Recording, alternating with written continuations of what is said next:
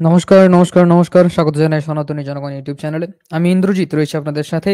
আর আজকে আমরা আলোচনা করব তথাকথিত বিশেষ কিছু সনাতনী ধর্মগ্রন্থ নিয়ে, যে সনাতনী ধর্মগ্রন্থগুলো নিজেদেরকে ভবিষ্যতের বাণী সংকলন করে রেখেছে বলে দাবি করে এবং তারা বিভিন্ন সময়ে বিভিন্ন ইসলামিক রাজা বা তাদের যে সম্রাট ছিলেন তাদেরকে নিয়ে বিভিন্ন টিপ্পনী করেন এবং বিভিন্ন ধর্মের যারা সৃষ্টিকর্তা তাদেরকে নিয়ে বা যারা প্রচারকর্তা, প্রচারক তাদের বিষয়ে কিছু, কিছু বিষয় সংকলিত করে রেখেছে এবং ঠিক তেমনই একটা বিষয় হলো যে মুসলিম ধর্মের নবী বা ইসলাম ধর্মের নবী, নবী মুহাম্মদকে এই গ্রন্থের মধ্যে সংকলন করা হয়েছে এবং তাকে অত্যন্ত খারাপভাবে দেখানো হয়েছে এই ধর্মগ্রন্থে, সনাতনী ধর্মগ্রন্থে। কিন্তু তা না জেনে বা হয়তো জেনে উদ্দেশ্য প্রণোদিতভাবে শুধুমাত্র এবং শুধুমাত্র ধর্ম প্রচারের উদ্দেশ্য নিয়ে বেশ কিছু ব্যক্তি তারা এমনটা প্রচার করে চলেছেন যে হিন্দু ধর্মগ্রন্থে বা হিন্দু ধর্মশাস্ত্রে যেহেতু নবী মুহাম্মাদের কথা রয়েছে, সুতরাং হিন্দু ধর্মাবলম্বী যারা রয়েছে তাদের মানা উচিত যে মোহাম্মদ তাদের ধর্মেরই কোনো একজন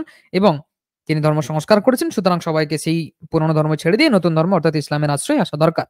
আজকে আমরা সরাসরি দেখব যে ভবিষ্য পুরাণ যে জায়গাতে মোহাম্মদের কথা উল্লেখ রয়েছে, নবী মুহাম্মদের কথা উল্লেখ রয়েছে, ইসলাম ধর্মের কথা উল্লেখ রয়েছে, ঠিক সেই জায়গায় নবী মোহাম্মদকে কোন চোখে দেখিয়েছে এই ভবিষ্য পুরাণ। আপনাদের সামনে আমি এই মুহূর্তে তুলে ধরছি ভবিষ্য পুরাণ, যা প্রকাশিত হয়েছে নবভারত পাবলিশার্স থেকে বা নবভারত প্রকাশনী থেকে এবং যার অনুবাদন করেছেন তন্ত্রজ্ঞ প্রধান পণ্ডিত প্রবর কুলাবধূতাচার্য বীরচারী সাধক শ্রীমৎ স্বামী পরমাত্মানন্দ নাথ ভৈরব গিরি। এর অনুবাদ এবং সম্পাদনা দুই করেছেন। এই জায়গায় দ্বিতীয় খণ্ডে শালিবাহন বংশী নৃপতি বর্ণন এই অধ্যায়, যার পৃষ্ঠ সংখ্যা হলো ৩৭৬, সেই জায়গাতে আমরা বর্ণনায় দেখতে পাচ্ছি যে দেখুন ৫ নম্বর শ্লোক, ৫ নম্বর শ্লোকে দেখুন কি লেখা আছে। এইতস্মিন্নন্তর স্ম্লেচ্ছ আচার্যেন সমন্বিতঃ মহামাদ ইতি খ্যাত শিষ্য শাখা সমন্বিতঃ। অর্থাৎ কি, যারা তাদের দেখতে অসুবিধা হচ্ছে তারা দয়া করে একটু জুম করে নেবেন এই জায়গাটি, যাতে করে আপনারাও বুঝতে পারেন। আচ্ছা, তো এই জায়গার বাংলা করলে কি দাঁড়ায় যে ইতিমধ্যে আচার্য সমন্বিত হয়ে মহামদ নামের একজন তিনি কি করছেন, তিনি একদম স্ম্লেচ্ছ। স্ম্লেচ্ছ কারা? হিন্দু ধর্মমত অনুযায়ী বা সনাতন ধর্মমত অনুযায়ী স্ম্লেচ্ছ হলেন তারাই যারা হিন্দু ধর্ম বা সনাতন ধর্মকে মানে না বা তাকে ঠিকমতো একটা আমল দেয় না। তাদেরকে স্ম্লেচ্ছ বলে বর্ণনা করা হয়েছে, তা সে ইসলাম ধর্মের হোক, ঈসাই ধর্মের হোক বা যে কোনো ধর্মেরই হোক। হিন্দু ছাড়া সকলকে স্ম্লেচ্ছ বলে এক প্রকার বর্ণনা করা হয়েছে। তো এই জায়গায় কি বলা হচ্ছে, অনুবাদিক কি বলছেন, ইতিমধ্যে আচার্য সমন্বিত হয়ে মোহাম্মদ মহাদেবকে অর্চনায় তুষ্ট করলেন। আচ্ছা, ৭ নম্বরে দেখুন, নমস্তে গিরিজানাথ মরুস্থল নিবাসিনী ত্রিপুরাসুর নাশায় বহু মায়া প্রবর্তিনী। এই জায়গা থেকেই হয়তো এখন বর্তমানে সনাতনীরা যে কাবা ঘরের মধ্যে যে একটা দেবতা খুঁজে পাচ্ছেন, শিবলিঙ্গ খুঁজে পাচ্ছেন, যার নাম তারা দিচ্ছেন মক্কেশ্বর। মক্কা মদিনাতে যেটা পাওয়া যাচ্ছে সেখানে নাকি তারা বলছে মক্কেশ্বর শিব আছেন, হয়তো এই শ্লোক থেকেই তারা অনুপ্রাণিত হয়েছেন, যেখানে লেখা আছে নমস্তে গিরিজানাথ মরুস্থল নিবাসিনী। মানে আমি ওই গিরিজানাথকে প্রণাম করছি যিনি মরুস্থলে বসবাস করেন, ত্রিপুরাসুর নাশয়, যিনি ত্রিপুরাসুরকে ধ্বংস করেছেন, বহু মায়া প্রবর্তিনী, বহু মায়াও প্রবর্তন করেছেন। এরপরে আরো অনেক শ্লোক রয়েছে, তার অর্থ এখানে রয়েছে, আপনারা পজ করে নিয়ে জুম করে পড়তে পারেন। এরপর দেখুন 11 নম্বর শ্লোক, সেখানে কি বলা হচ্ছে, ত্রিপুর বলি দৈত্যেন প্রজিত পুনরাগত, অর্থাৎ ওই ত্রিপুর দৈত্য পুনরায় আগত হয়েছে। অজ্ঞেনি বরমত্ত প্রাপ্ত বদ্যৈত বর্ধনা মহাম্যাদ ইতি খ্যাত পৈশাচ কৃত্যবরহ। এবার অনুবাদে দেখুন, সেই ত্রিপুর দৈত্য পুনরায় সেখানে উপস্থিত হয়েছে, মোহাম্মদ নামক সেই দৈত্য আমার বরপ্রে প্রসিদ্ধ হয়েছে। অর্থাৎ যে নবী মুহাম্মদকে আপনারা সকলে ভালোবাসেন এত, সেই নবী মুহাম্মদকে সনাতন ধর্মশাস্ত্রে জায়গা দেওয়া হলো কি নামে, যে এই নবী মুহাম্মদ তিনি হলেন কে, ত্রিপুরাসুর নামের যে দৈত্য, যাকে দেবাদিদেব মহাদেব তিনি হত্যা করেছিলেন বা ধ্বংস করেছিলেন বা বিনাশ করেছিলেন, সেই পৈশাচ বা সেই পিশাচ তার রূপে বর্ণনা করা হচ্ছে এখানে। তাহলে কতটা সম্মানের বা কতটা অসম্মানের তা বোঝা যাচ্ছে। এবার কিছু, কিছু ব্যক্তি রয়েছেন যারা আমি দেখছি এগুলোকে খুব ভালোভাবে প্রচার করছেন না। শুধুমাত্রই মোহাম্মদের নাম আছে এটুকুই তারা প্রচার করছেন, কিন্তু তাকে যে দৈত্য বা রাক্ষস রূপে বর্ণনা করেছে একথা কিন্তু তারা প্রচার করছেন না। আমি নাম করে বলছি ডাক্তার জাকির নায়েক, তিনিও প্রচার করেননি। ব্রাদার রাহুল হোসেন, তিনি সমস্ত গ্রন্থটাকে সামনে এনেও যে জায়গায় লেখা রয়েছে যে মোহাম্মদ ইতি খ্যাতঃ পৈশাচ কৃতপরঃ, সেই জায়গাটিকে তিনি অনুবাদ করে বলেননি। আচ্ছা, পরবর্তীতে আসুন। দেখুন এই জায়গায় কি লেখা হচ্ছে ২৫ থেকে ২১ নম্বর শ্লোকে, যে জপ্তা দশসহস্রং তদ্বাশয়ং ইহাবশা ভস্ম ভূত্বা স মায়া বিস্মৃচ্ছ দেবাত্মগতঃ। মানে ওই যে মায়া বিশ্লেষ্য, সে দেবত্ব প্রাপ্ত হয়েছে আমার নাম ১০ সহস্র বার জপ করার পর। আচ্ছা, আরো আসুন আরেকটা জায়গায় দেখাই। দেখুন এই জায়গাটা দেখুন, আমি শুধুমাত্র বাংলা পড়ে শোনাচ্ছি 22 থেকে 28 নম্বর শ্লোক। কি বলা হচ্ছে, হে রাজন, তোমার আর্য ধর্ম অত্যুত্তম।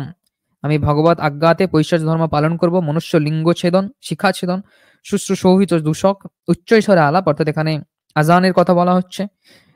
এবং কৌল ব্যতীত সমস্ত প্রাণী মুষলের দ্বারা কুশের নেই সংস্কার করবে। মানে একটি পশু যা কিনা একটু কৌলের মধ্যে পড়ে বা কুলজাত ভাবে থাকে, তার ছাড়া বাকি সমস্ত পশুকে তারা হত্যা করে খেতে পারবে। তা থেকে মুসল জাতির উদ্ভব হবে।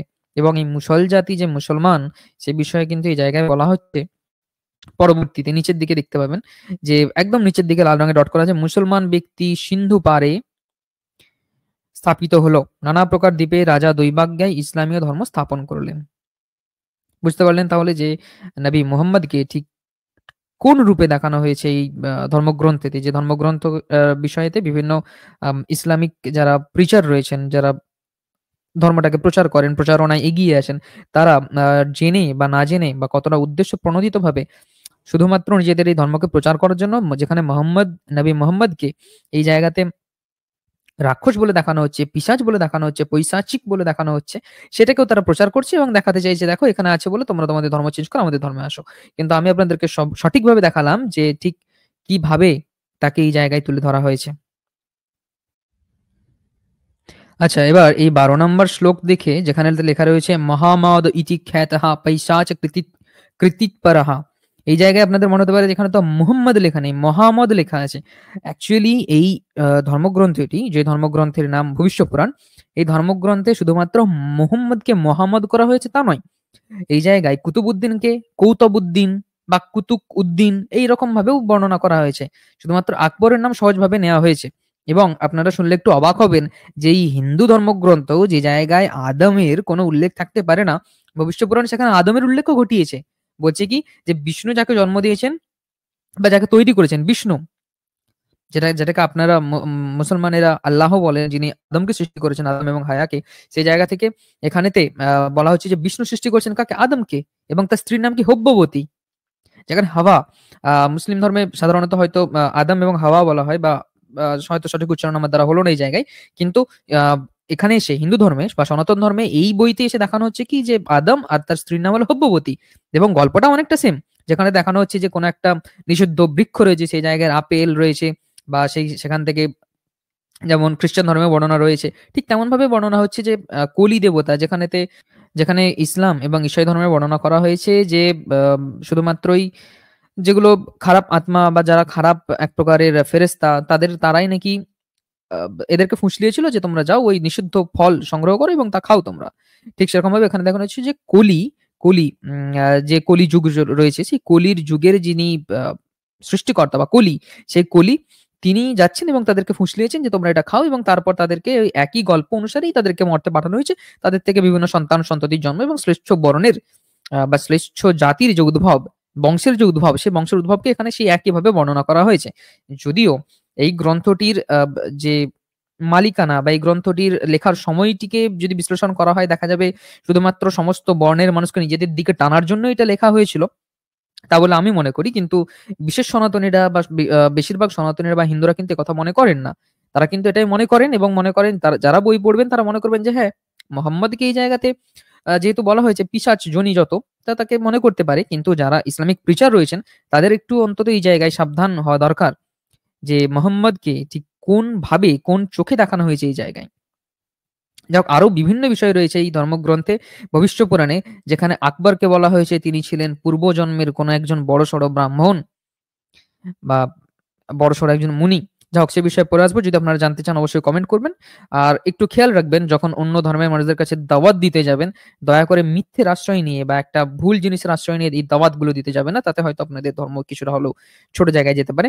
আমি সনাতন ধর্মের আঙ্গিকে আপনাদেরকে কথাটি বললাম আজকে। ধন্যবাদ যারা এতক্ষণ সাথে ছিলেন, এবং অবশ্যই শেয়ার করবেন যাতে এই ভুল জিনিসটা প্রচার না হয়, এবং যদি প্রচার হয়েও থাকে তার ভুলটা শুধরানো দরকার। এবং এই ধর্মগ্রন্থটির বিশ্লেষণ কতটা গুরুত্বপূর্ণ তা আমরা জানবো পরের ভিডিওতে। ধন্যবাদ।